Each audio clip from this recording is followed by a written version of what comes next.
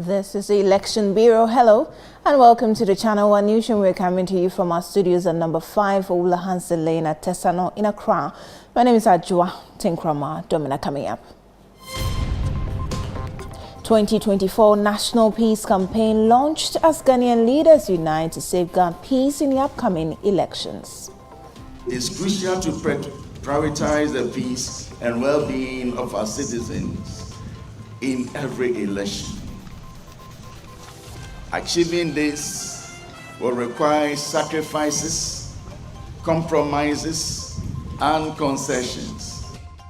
Also coming up, Adwoa residents in the Volta region urge urgent action as 2-year water crisis worsens daily life. And the villages to the wells that we are using to the water is almost contaminated. So there is a lot of problems in the town. We want at least the government to come to our aid, to support us, to at least the old ladies are suffering, the school children. Death toll in Boko increases to 21 as gun violence escalates amid curfew. And later, overseas Ghanaians urge voters back home to prioritize the need to tackle illegal mining in December elections. Afi, you vote and your power. And my penny be and far scammers mount. Or scam because my God, say, on my neba and mecano. I'm going to say, man.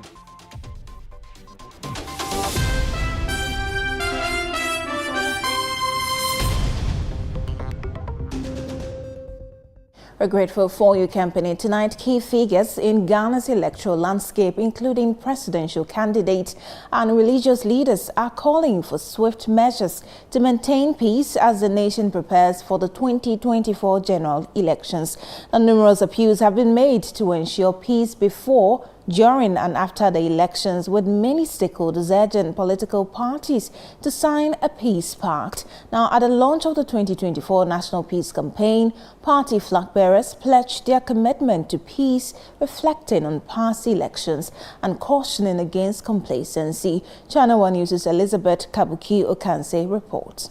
At the State House forecourt, religious leaders, political figures, and other key stakeholders convened to officially launch the National Peace Campaign under the theme, Let Peace Prevail.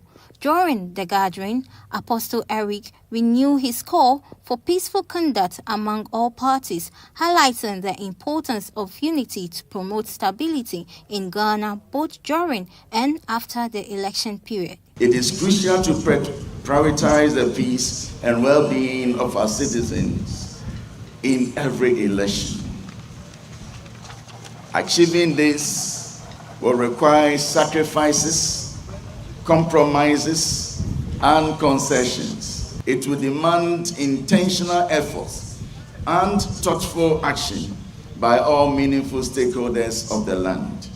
The All People's Congress presidential candidate expressed deep concern over the ongoing conflict in Boko. He urged the government to take immediate action to curb the violence, which has resulted in numerous fatalities, emphasizing that peace in Boko is critical for the success of the 2024 election. It's not just for peace, it's a creating of awareness of something bigger than peace. That's why I'm here to tell you. The government need to come out clearly. Because 4 weeks to elections, this is happening in Boko, it is happening in Wale. It's coming slowly, it's migrating. Very soon, we cannot all sleep in our homes. John Dramani Mahama, the National Democratic Congress presidential candidate, called for strict enforcement of fair and impartial justice against those who incite violence as Ghana prepares for the 2024 election. Clergy, like all citizens, should be able to witness voting and counting peacefully without fear of violence. If someone errs or is disruptive during the election, they should be made to face justice. The government has a responsibility to hold accountable any criminals who masquerade during the elections as state security operatives. Meanwhile, Dr. Mati Opoku, the running mate for the New Patriotic Party, has urged the nation to avoid allowing religious intolerance to further inflame political decisions. Here today to advocate, to urge us to speak to ourselves that peace is important. But sometimes God allows us to see the contrast between peace and chaos. Samuel Tete, the deputy chairman of operation at the Electoral Commission, assured the public of the EC's commitment to conducting a free and fair election in the upcoming December elections. At the launch of the National Peace Campaign here at Accra, stakeholders are urged to ensure a peaceful election before and after. Reporting for Channel 1 News, my name is Elizabeth Kabuki Okante. And one person was killed and his car burnt to ashes on Saturday afternoon in Boko, leading to sporadic gunshots in the area. This has further escalated the already tense atmosphere in the area. Now, a Bolga Boko commercial driver identified as Mahdi lost his life whilst on his way to Bolgatanga to conduct his commercial activities. This has brought the total number of persons who have died in the recent clashes to 21. Currently, a 6 a.m. to 6 p.m. curfew has been imposed on the area, where its enforcement is being conducted by security. And as Ghana gears up for the general elections on December 7, Ghanaians living abroad who won't be able to cast their ballot are expressing their concerns about the destructive impact of illegal mining known as galamsey back home. They are urging those eligible to vote to prioritize this issue in the upcoming elections. Channel 1 News' Akwesi J. Enim reports from Palermo, Italy, where he has gathered perspectives from the Ghanaian community on the elections. In 2023, Ghanaians abroad sent home approximately $5 billion in remittances, a notable increase from last year's record of $4.7 billion. Given their contributions and investments in Ghana, these individuals feel entitled to voice their opinions on the upcoming elections. Ghana will be going to the polls to elect a new president. And so over here in Palermo, we have the Ghanaian community busily doing business over here. And so I just want to find out from them what for them would actually be their expectation with this upcoming general elections and what they want Ghanaians to look at in actually voting. And so I'll be talking to some of the Ghanaian people over here in Palermo to find out what they will be looking at with this upcoming general elections. About to know the make for only say omomodia no muntu abani yie na yenye wontu bia enti omuntu abani kama na say na nsuo ni Ghana de bibia boy din enti mumpo modia say ifo no galamsey fo no ma dwuma ye na omogya galamsey ni ye na yenye nsuo ye mo a me ma me no mo Ghana no mo nye nsuo anom. Galamsey illegal mining. This is something that's ongoing since, and it seems that every party that comes uses it as a manifesto to say, yeah, but no one ever does that, and it's getting worse and worse. It is time that we actually put our foot down. I know there's a lot going on in terms of struggles, poverty, and everything. However, it seems that the leaders are taking advantage of these things, and obviously the richer again richer all the time. And that is where the issue is. The fact that it seems that the laws in the country are actually not being enforced. Yehu the MBB for by or Marabe, Yehu the vice and also by the Oki Katre, the manifesto, and then the Okunina. But the question I am Ibusame when they say, how come and why is it that all of those things that he's saying, how come he was not able to do it now? And see, say now betimiaya. Mimi na say bisani say now betimiaya aden entina baumia wanye no ebrana or empower na so call power and na obetimi aye. For galamsey, I once had a feel of it before coming to Palermo. Baby ana me wo na omuye bi wo ho. In fact, na ya rehosem. Me hu ni say wa fairly in a way. kwan ya minim so afeli ne say edru bi no on value abaye beto ama no enti ema de na wo susu anase de na wa plan say wo ye no ojaye because ashase no it was very good and it was very lawful and na wo de ye nioma no but a chair to abana ohun say NDC ben wo na beto onim no and na ma what die because ohun say omo beto atia no in the next upcoming and as the upcoming elections in Tiama Watia kra and that is really bad. Am I in Swinina say in fact over Palemo Hana or share a punibia dawa.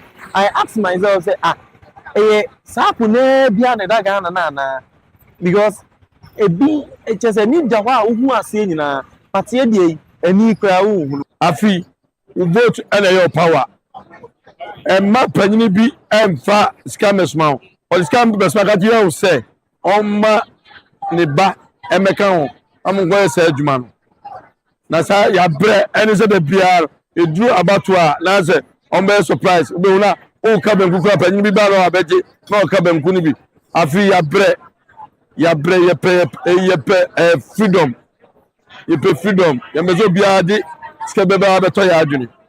Signora, boy, questo. Aspetta, scusi. Vuoi questo? Non li vuoi?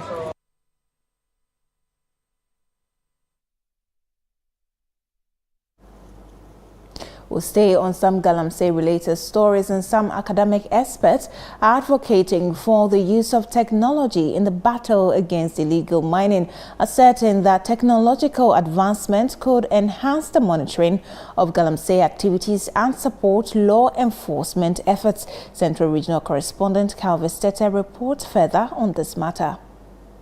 The fight against illegal mining seems increasingly challenging for the state as illegal miners persist in ravaging forest reserves.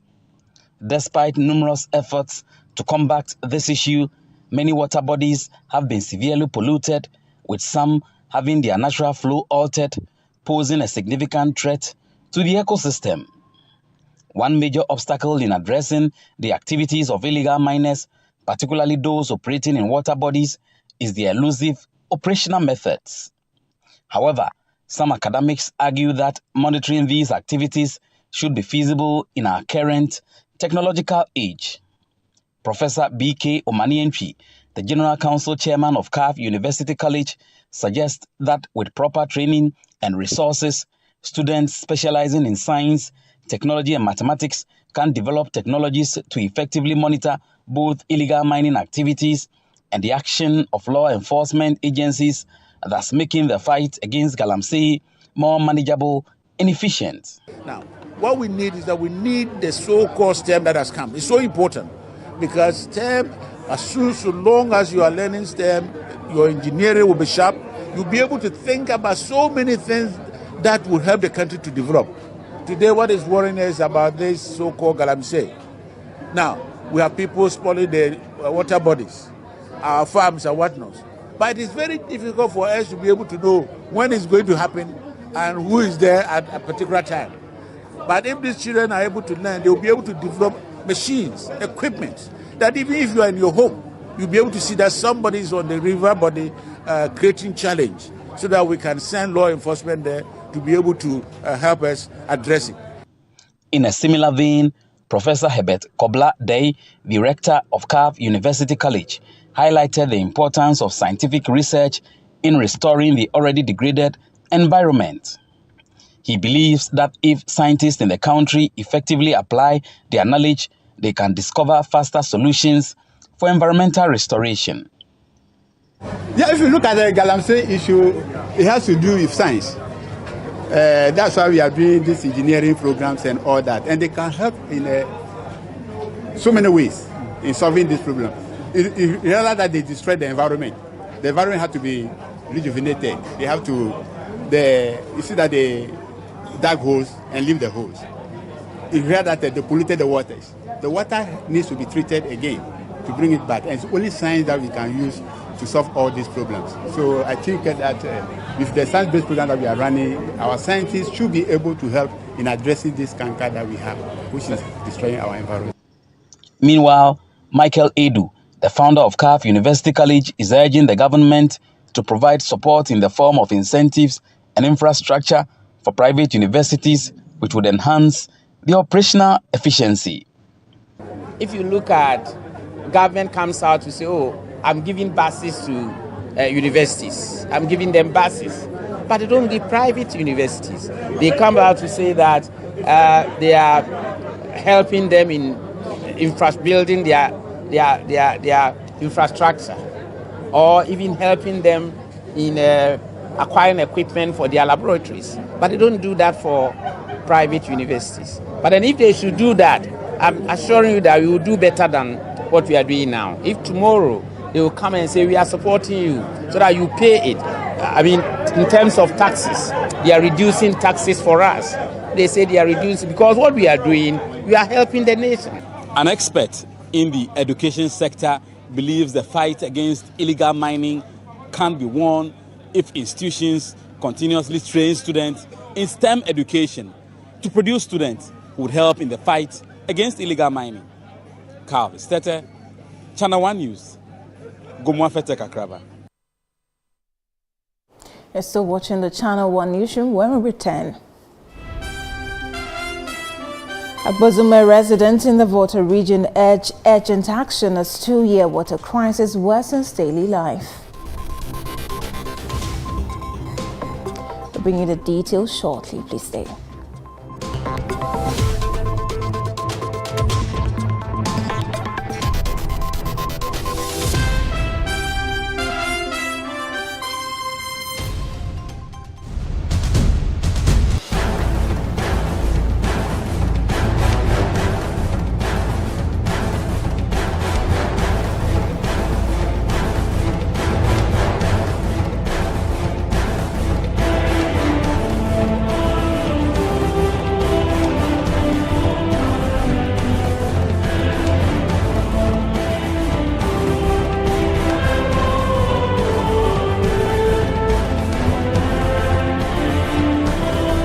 Complete this rhyme. Twinkle, twinkle, little star.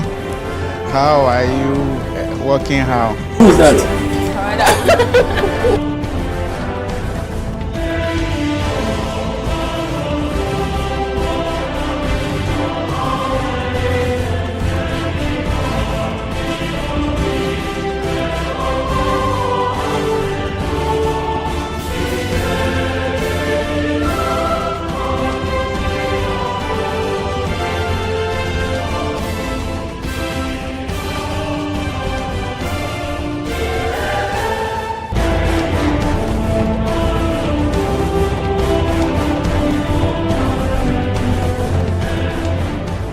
Welcome to The Point of View. Welcome to Face to Face on Channel 1 Television. And hello, welcome to What the Papers Are Saying. This be football made in Ghana. It be the only pidgin show where it day on your screen. Channel 1 TV. Oh, thank you so much. So people are late.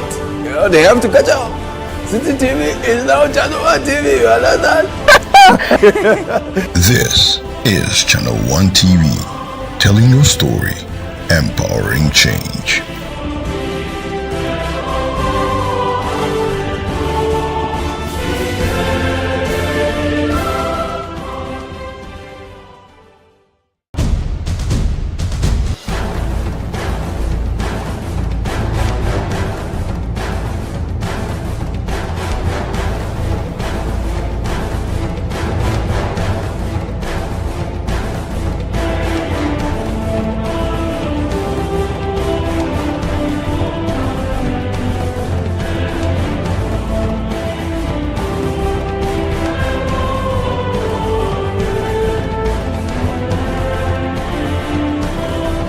Complete this rhyme. Twinkle, twinkle, little star.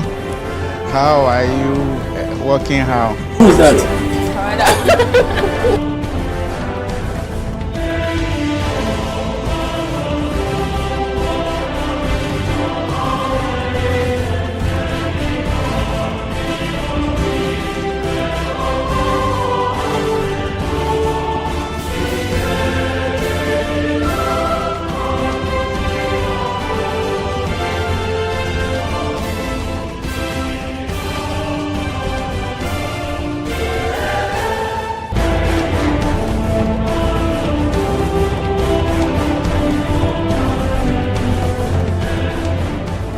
Welcome to The Point of View. Welcome to Face to Face on Channel 1 Television. And hello, welcome to What the Papers Are Saying. This be football made in Ghana. It be the only pidgin show where it day on your screen. Channel 1 TV. Thank you so much. Some people are late. You know, they have to catch up. City TV is now Channel 1 TV. You understand? This is Channel 1 TV, telling your story, empowering change.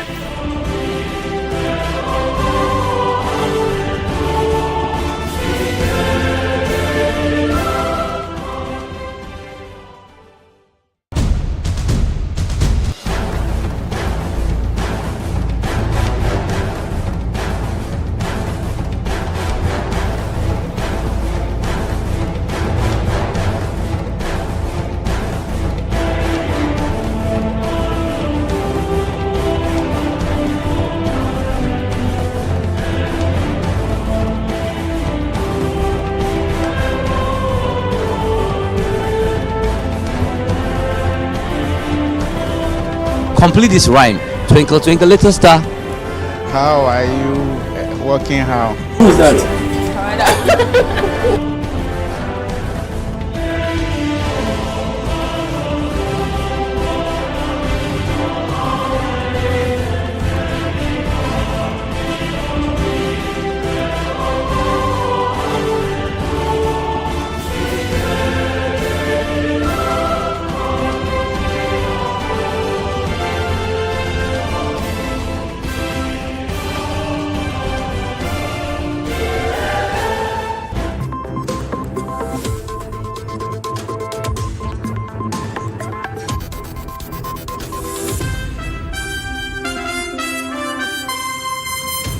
You're welcome back to the bulletin. Thank you for staying with us. Now, for nearly 2 years, residents of Agbozume have faced a severe water shortage after heavy floods damaged pipelines maintained by the Ghana Water Company Limited. This distraction has left the community without reliable access to clean water, forcing many to rely on expensive sachet water or travel long distances to obtain safe drinking water. The prolonged shortage has deeply impacted daily life, affecting health, hygiene, and adding significant financial pressure on households. Residents are calling for urgent repairs to the damaged pipelines or the establishment of alternative water sources to alleviate the ongoing crisis that disrupts lives and livelihoods across Agbozume. Channel 1 News' Desmond Selasiako reports. Day-to-day lives of residents in Agbozume and its surrounding areas. This community has struggled with limited access to clean water, a basic necessity for an extended period, affecting both personal well-being and the community's quality of life. With clean water so scarce, many residents must walk considerable distances to fetch water. Others rely on rainwater collected, using rooftop systems, hoping to store as much as possible each time it rains. Kate Kwadoga, a mother of 4, shares her struggles, explaining how they sometimes have to hire trucks to carry water from Kliko to Agbozume, costing over 50 Ghana cedis. Collecting rainwater has become a necessity. Achia na jajama afimi tankune mi danangda achiate alaba na chia jarama afimi totroga miano tron vivi afi osugbona na mamiaza na manya miaba chikukwe ma vo na chia jajamu ko kala mamia ko truck ako fogan la ko koreji afi ave kuchile ka Kliko ako gboba puma vo cho Kliko ba yine mi mapa ma achiji tanya yiraka da dinatanwo abona gamala shi ha matince jago labar na jaga ba kulaga kaka bi har na daga tawe ba achi fumia wa magbozu mala bababa bobochi ko chimia ko amoyo shi gamala no jachi o kala bana kuchi avia ko ba na gana rekai na komba na mara ko gana rekai ko so bi na tia ko chi biara anu. For many, rainwater is an inconsistent and unreliable source, especially during the dry season. Some residents have to turn to sachet water, which, while safer, places an ongoing financial burden on families,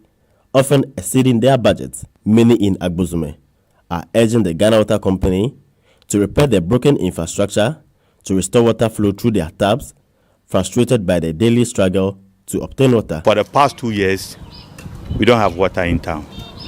you know, and the villages to the wells that we are using to the water is almost contaminated. So there is a lot of problem in the town. You understand me? At any time the engineers come, they have been giving excuses.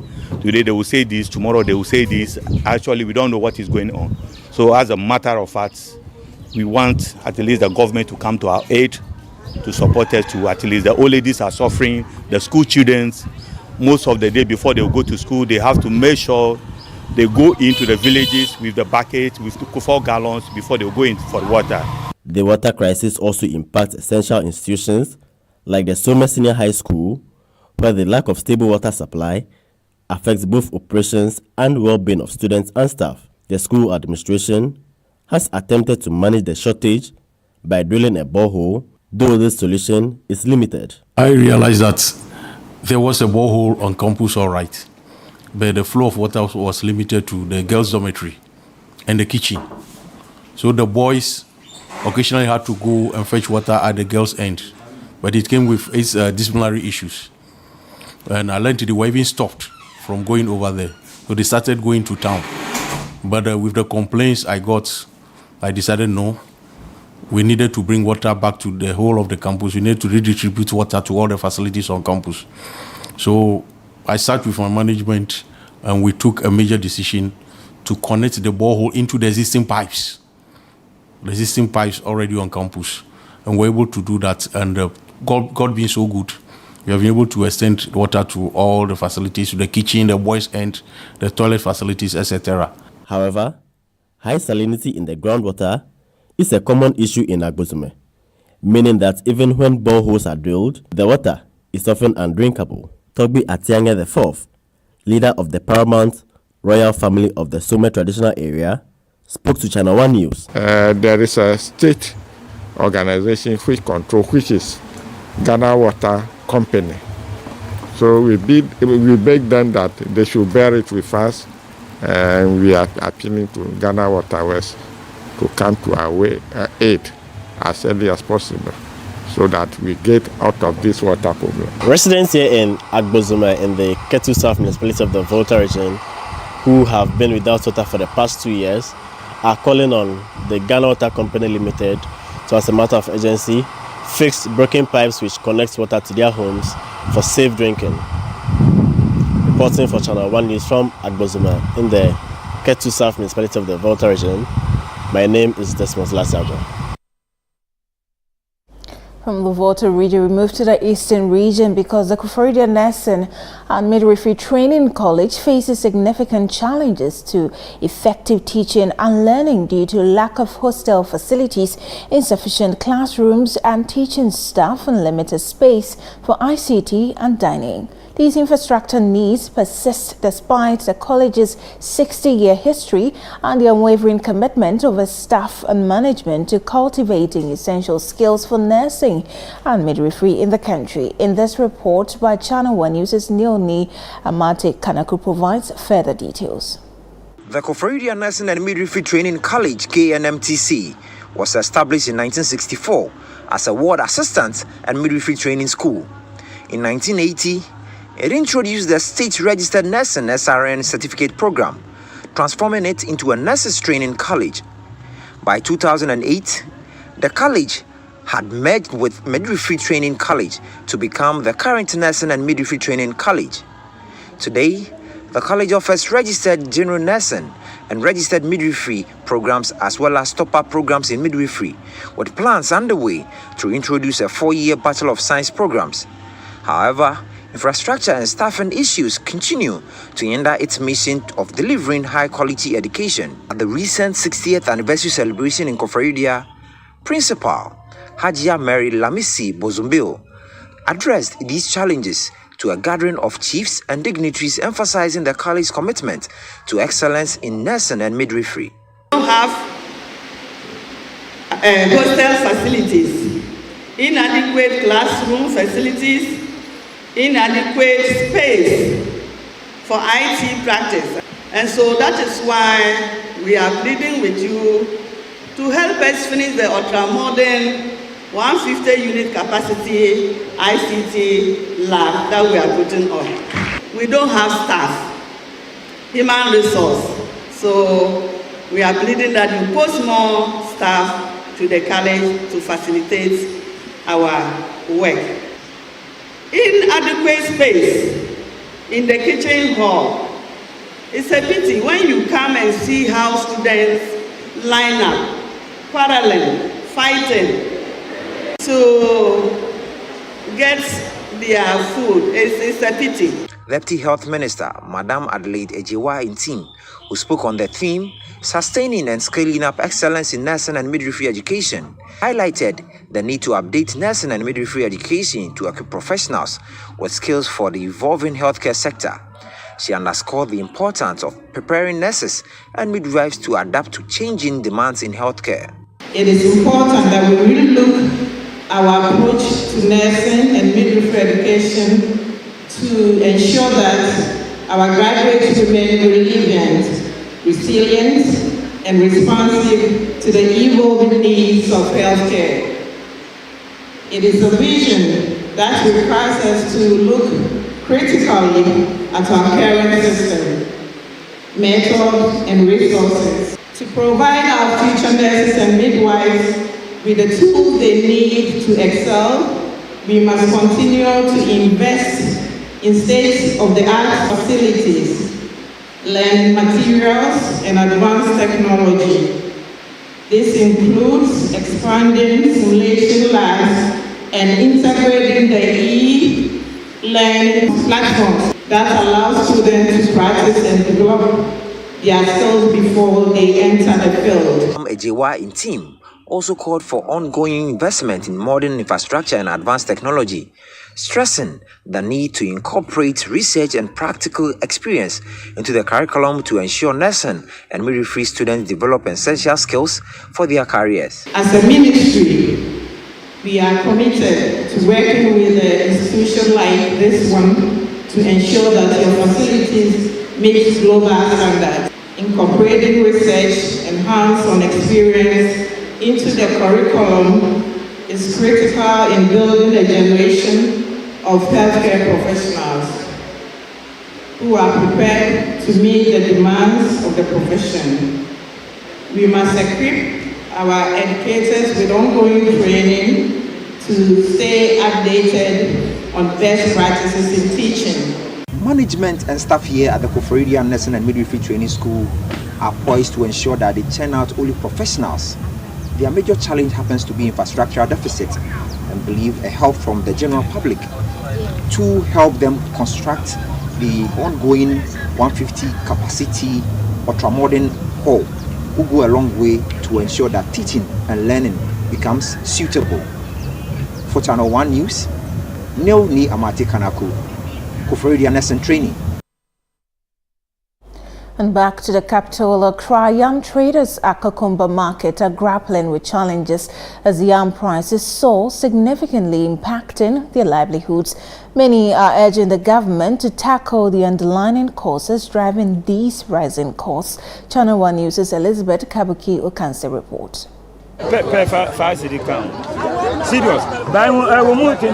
On a typical day at Kokumba Yam Market, young men upload yams from trucks arriving from the north, while young women carrying purchased yams in pans for both traders and consumers. Although yams are neatly organized by size and type, the traders' faces reveal their discouragement. Some traders blame erratic weather pattern for lower yam yields, which they believe are driving prices up. Meanwhile, a veteran retailer links the price hike to rising fuel costs, which have increased transportation expenses.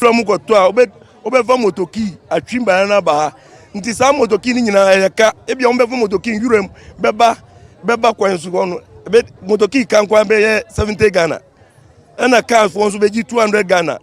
Udi can saying 270 Ghana. And I can now some be 200 Ghana to take a siena away China and I said the cargo car. Cargo car be 200 Ghana. Take how many days or quans? Take about 2 days. Now be drua. If you are be drua no. Na kweni yentuno ebechen obe wan ba bebre asai. Ndebe wan na di kaba. Madam Sophia, one of the traders, shared her frustration, noting that her daily sales have plummeted as customers buy yams less frequently due to the high prices.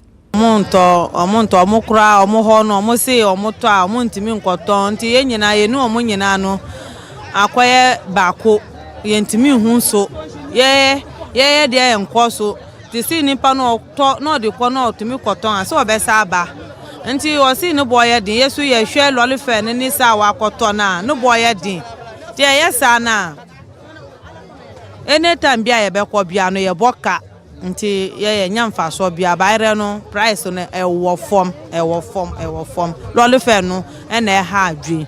However, Benjamin Doche, part of the cargo truck union's leadership at the market, denies that transporters are responsible for the price increase. Community here. We go back load the offering of maybe a Kia say load the 10,000. Unum fuel 3,000. Loading boys from load one choice can probably 15,500. Now they come at 3,000, 4,500. Yes, a car no be do na bibi hana. Want to me yes is a krama kaura.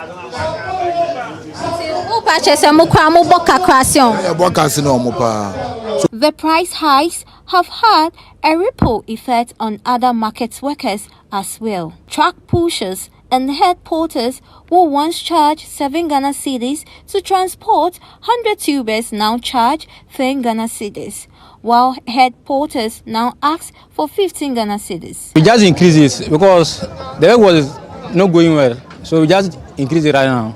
That was last month. Last month. So that means last month, how much were you charging for a truck? It was 7 cedis. 7 cedis. We increased it to 10 cedis. So that means you've increased it by 3 cedis. 3 cedis, yes.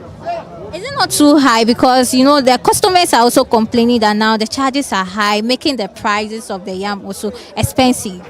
Most of them are complaining. They are complaining about we are not getting nothing here. As we are here since morning, I can see some are here. They are not getting 10 cedis to eat.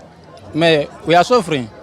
So how we are going to manage to survive? That's why we just increase the price. Samuel, a yam farmer from Atebubu, attributes the price hikes to the recent drought the country experienced. June, July, August, that is the time that when you plant the yams, it takes to develop. That is when the yams, there is rains, the yam will develop. But during that particular time, there was drought. So if it happens like that, you will not go to get any yam. So that is actually one of the major causes of the increase in the price of yams this year.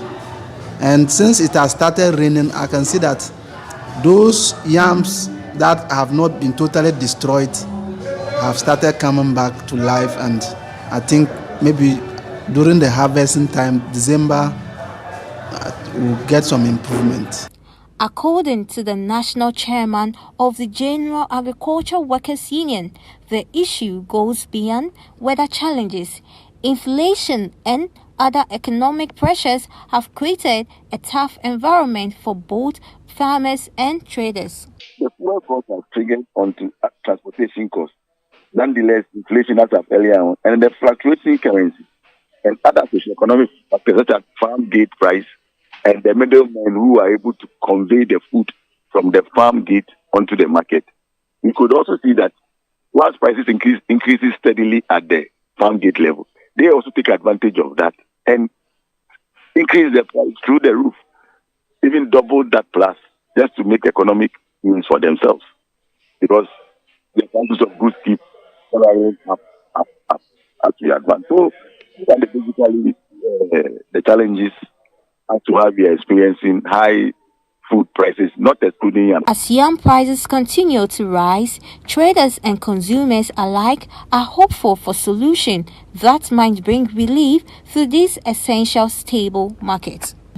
Yam sellers and traders at the cucumber market are lamenting over the high prices of yam in the country. According to them, the increase in yam prices has led to low prices or low patronages of yam. They are therefore calling on government to do something about that for them. Reporting for Channel 1 TV, my name is Elizabeth Kabuki Okanse. You're still watching the Channel 1 Newsroom, broadcasting from our studios at Tesano in Accra. Still ahead in the bulletin. Ghanaians in the UK call for effective railway transportation system across the country to boost Ghana's economy. Please stay for details.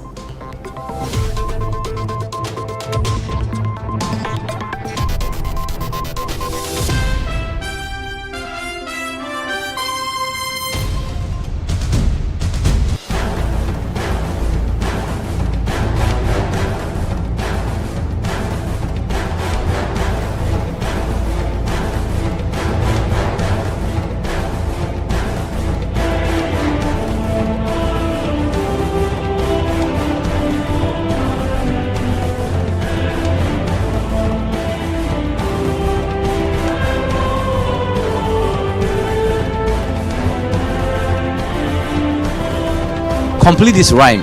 Twinkle, twinkle, little star.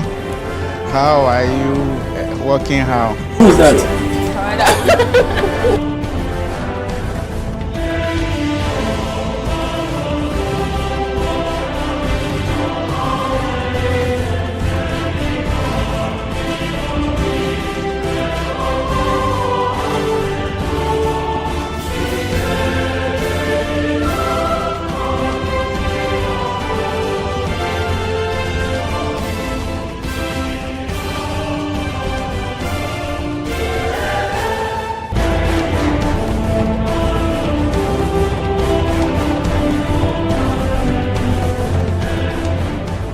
Welcome to The Point of View. Welcome to Face to Face on Channel 1 Television. And hello, welcome to What the Papers Are Saying. This be football made in Ghana. It be the only pidgin show where it day on your screen. Channel 1 TV. Thank you so much. Some people are late. You know, they have to catch up. City TV is now Channel 1 TV. You understand? This is Channel 1 TV, telling your story, empowering change.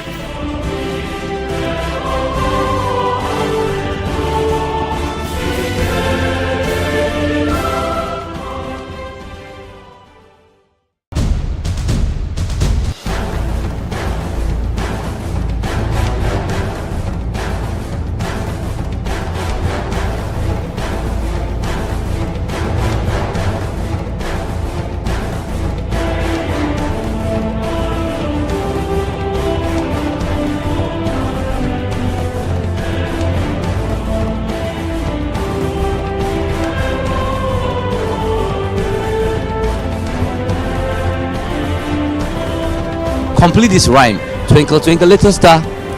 How are you working? How? Who's that?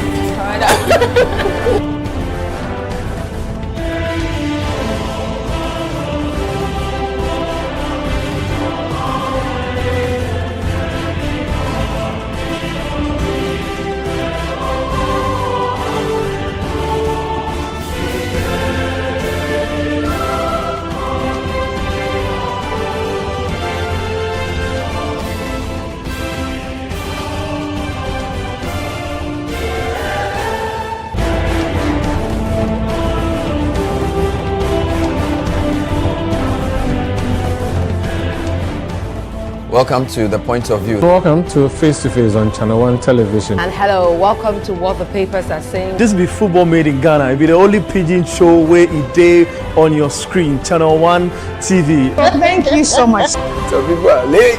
You know, they have to catch up. City TV is now Channel 1 TV. You understand?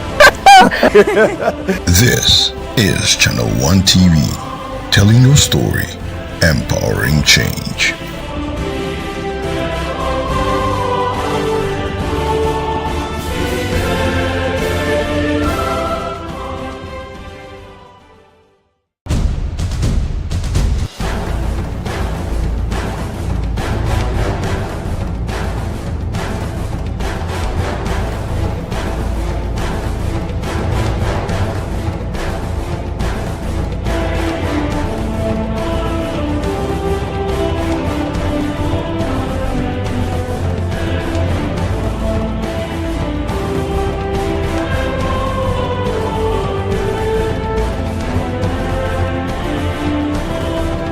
complete this rhyme. Twinkle, twinkle, little star. How are you working how? Who's that?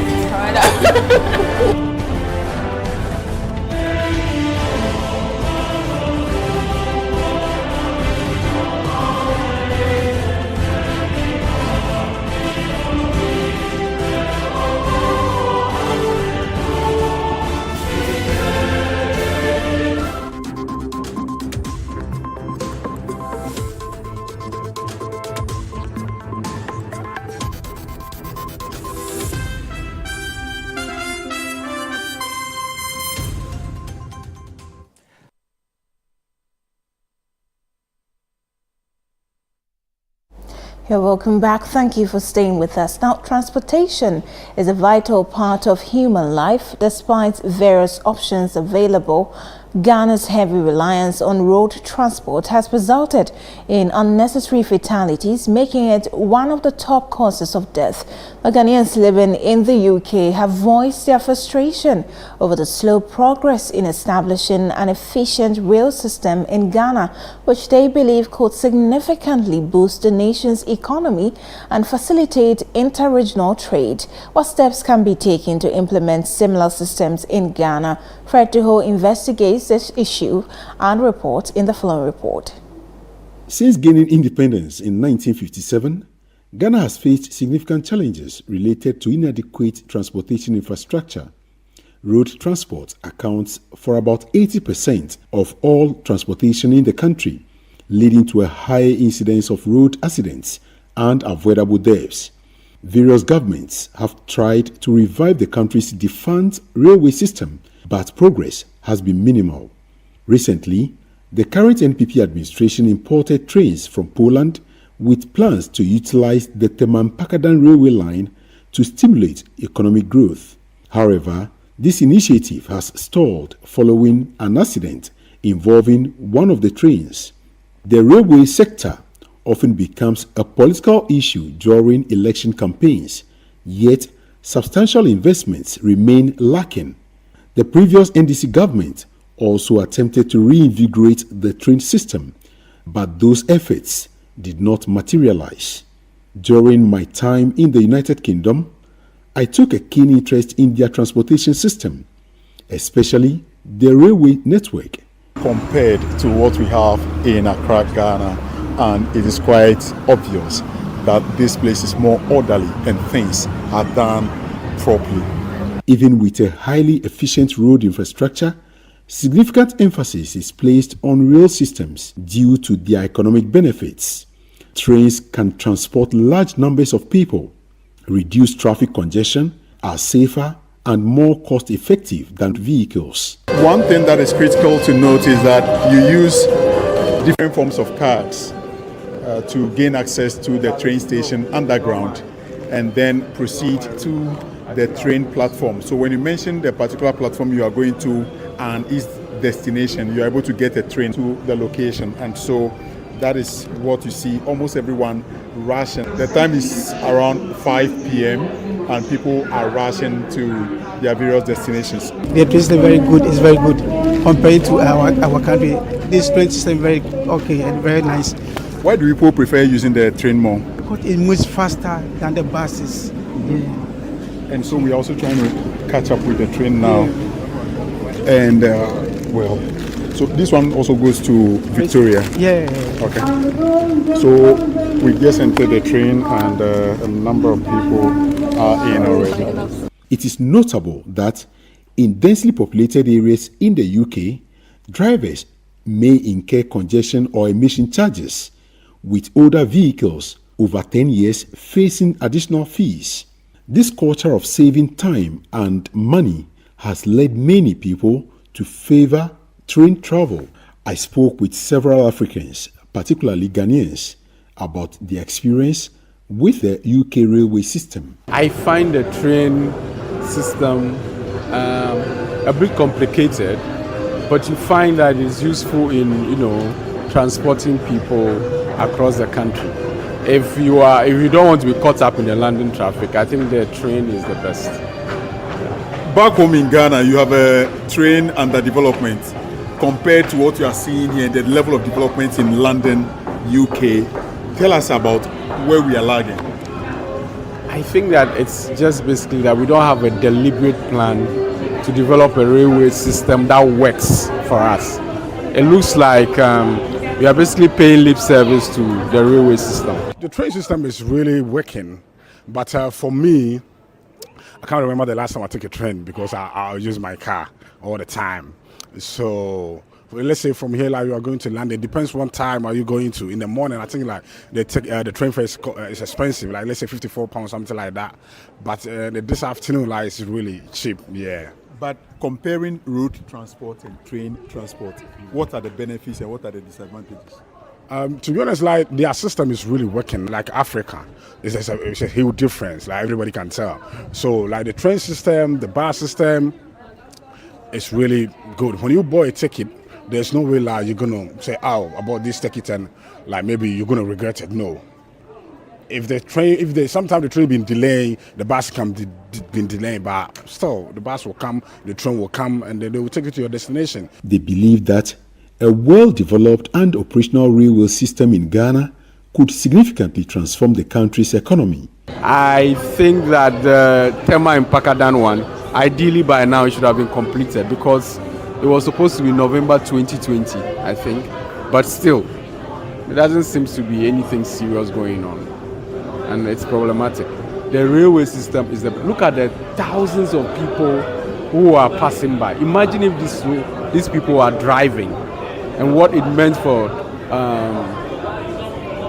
public transport by road.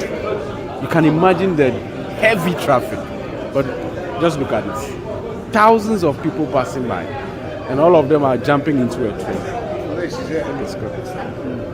What was your experience on the train? Oh, I think, knowing where you are going and the lines that lead there is very important. Otherwise, you get lost. That was a bit of the fears, but I think I've conquered it now. A city like London, very important for you. Just park your car somewhere and use the transport system, with the train or the buses. Yeah, with that, very easy for you to meet up, facilitate things. Yeah, but with cars, it's a lot of, because buses have their own line where they move, so the small cars cannot go there. Train transportation is crucial for any nation's progress due to its reliability, consistency, and environmental benefits, as well as its ability to reduce the wear and tear on roads from heavy traffic. Meanwhile, many in Ghana are left wondering when a similar railway system will be put in place to address the numerous challenges facing the transportation sector. It is quite evident that a proper working railway system goes to add to the efficiency of every economy and also speed up the rate at which people move from one destination to the other. In Ghana, when a rail system is fixed and properly working, it should be able to connect multiple regions and also making business and means of transport as easy as possible for citizens. My name is Fred Duho reporting for Channel 1 News. We'll end the bulletin with an election-related story.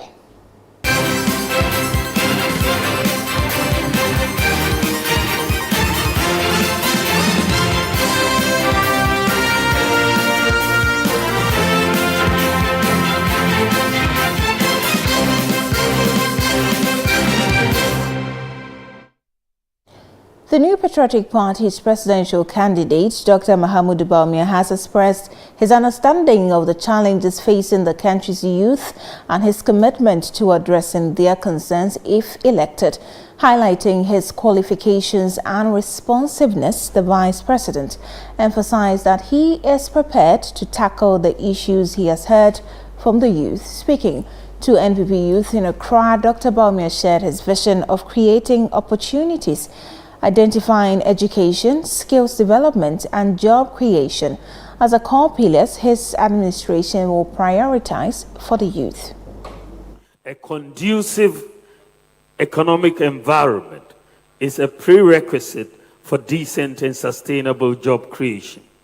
With our philosophy of economic liberalism, we believe it is our responsibility to create an enabling environment for the private sector, which we believe is our engine of growth to flourish.